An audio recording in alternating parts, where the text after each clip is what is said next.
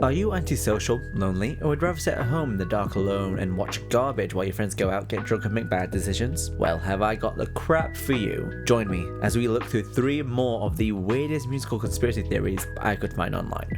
This is part 2, so click on the card above to hear theories about Lady Gaga and the Beatles. We're not going too dark here, because I don't need the FBI on my ass again. There is no malice in these theories. I am not preaching that any of this is true. I just found them really fascinating and interesting to read. So, let's start off with theory number 1. Is Michael Jackson the love child of Diana Ross and Smokey Robinson? What an EastEnders episode this would be. Michael Jackson's entire life and death is one big conspiracy theory, and that even started before he was even born. According to a Reddit post, straight away we know how trustworthy the source really is.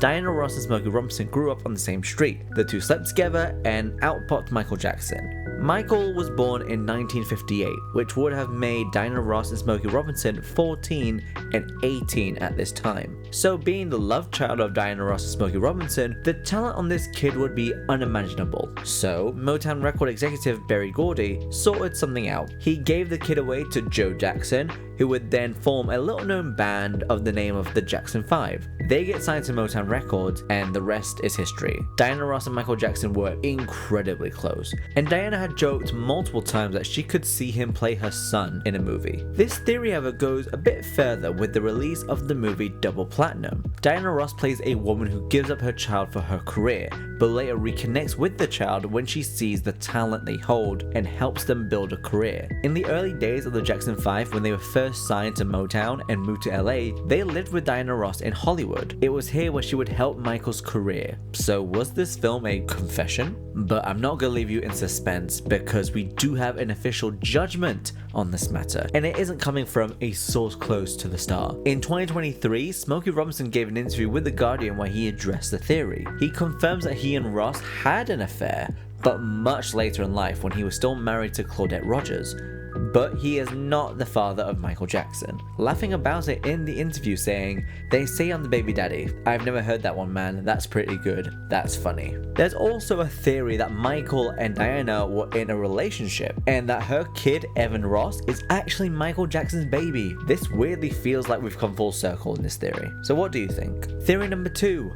Did Stephen King kill John Lennon? Like I mentioned in the beginning, please take all of this with a tablespoon of salt. But I found this theory so interesting and I'd never heard it before. We all know that Mark David Chapman was the culprit who murdered John Lennon. However, this theory may suggest something else. So the New York Times posted this theory in 2013, noting the resemblance between the author and the killer. It's no secret that John Lennon wasn't exactly besties with the FBI. John was very much anti-war, pro-peace politics, releasing songs such as Give Peace a Chance and Happy Christmas War is Over, and starred in the film How I Won the War. The FBI put Lennon on surveillance, and immigration tried to deport him a year later. So the theory is that Lennon was killed under the orders of Richard Nixon and Ronald Reagan, due to Lennon's anti-war views, and the way they got to King was communicating through magazines. Personally, I don't understand why they would try and get an aspiring author to murder John Lennon, when I'm sure they have more qualified people in the FBI to do the job. It's like if Joe Biden tried to hire Shakespeare to take out Sabrina Carpenter because he's tired of espresso.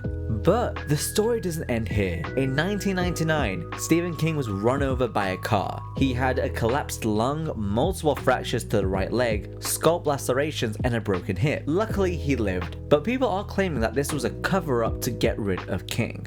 I personally believe this story seems too far-fetched to be true. Again, what business does Stephen King have killing a musician? Theory number 3. Did Phil Collins really watch a man drown? Phil Collins has had a career spanning over 60 years. Starting out on West End in Oliver in 1964, he joined rock band Genesis in 1970 and released his debut album Face Value in 1981. His debut single In the Air Tonight is one of the most successful singles of all time.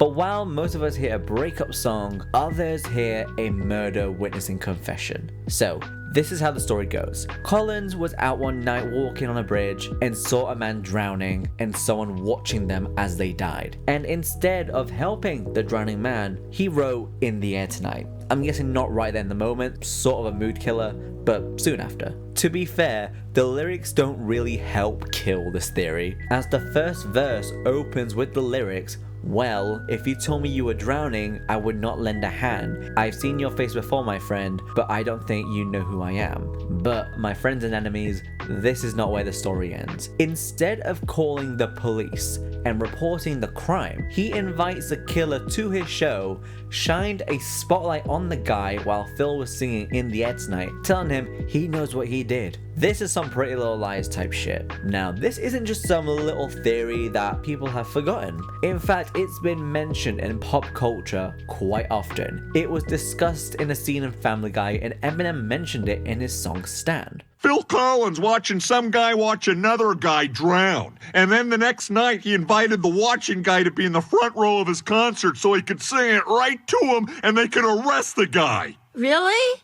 Why wouldn't he have just helped the guy who was drowning? I don't know, I think he was on a bridge or something. Like, he could see it, but he couldn't get there in time. But he let a whole day pass? Why didn't he call the cops? Because he was busy writing the song. Wait, if he just watched, doesn't that also make him a little guilty? Look, I'm not saying we wouldn't bring Phil Collins in for questioning. I feel like maybe this story is bogus. Now, of course, Phil has denied this theory. It would be quite strange if he was parading this fact around. Phil worked on his debut album Face Value after his first wife filed for divorce in 1979, writing material concerning his personal life. Phil has talked about writing the song in an interview saying, "I was just fooling around, I got these chords that I liked, so I turned the mic on and started singing. The lyrics you hear are what I wrote spontaneously. That frightens me quite a bit, but I'm quite proud of the fact that I sang 99.9% of those lyrics spontaneously." So that's your lot for today. Tell me, did you believe any of this? Is Diana Michael's mother or lover? Did the author kill the musician? And did the musician enable a killer?